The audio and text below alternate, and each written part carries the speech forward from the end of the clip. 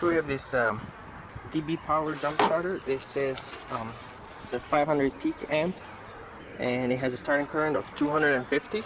Over here where we'll turn it on, and we'll connect the jumper cables. Just for testing purposes, if you look here, we're at about 95% charge.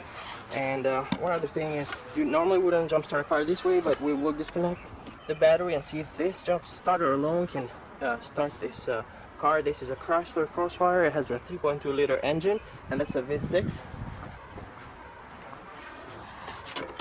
So we'll disconnect the negative terminal.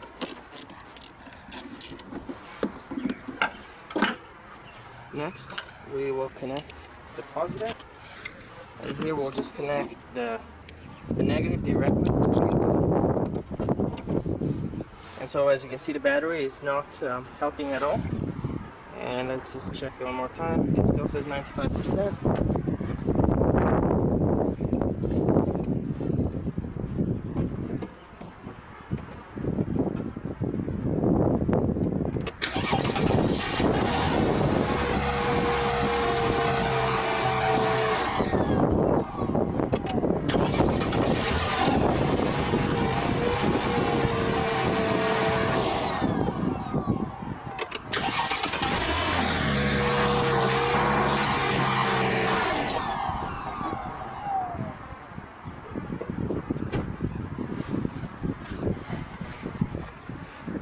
So there I was able to start this Chrysler Crossfire. Now we did do 3 starts with this, and now let's check out what the status is on this battery. And it says 94%. You can see that on the camera.